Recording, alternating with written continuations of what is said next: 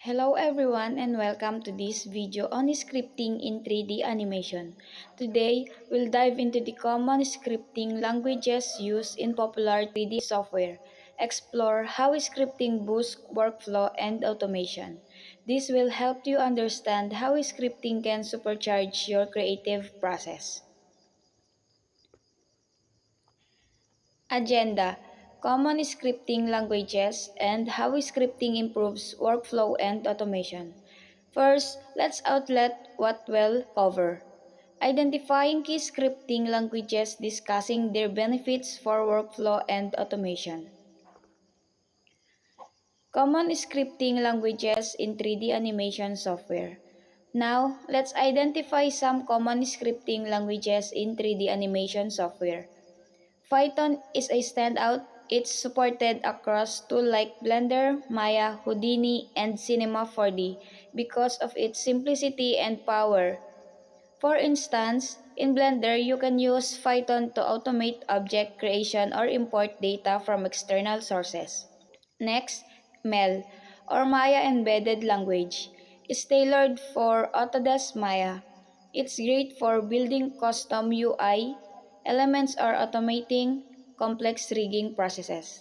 MaxScript is the go-to for 3ds Max users, allowing scripts to handle everything from keyframe animations to material assignments. Vex in Houdini is perfect for procedural work like generating particles effect or terrain without manual modeling. These languages let artists extend software capabilities without needing advanced programming skills. How scripting improves workflow and automation. Moving on, how does scripting actually improve workflow and automation in 3D animation? First, it automates repetitive tasks. Imagine batch rendering hundreds of frames or rigging multiple characters. Scripts handle this efficiently, saving hours and reducing human error. Second, scripting enables the creation of custom tools.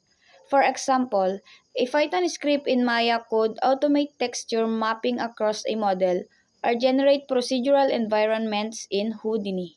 Third, it integrates with broader pipelines.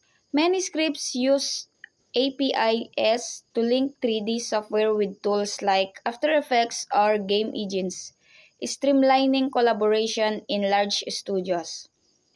Lastly, it speeds up iteration.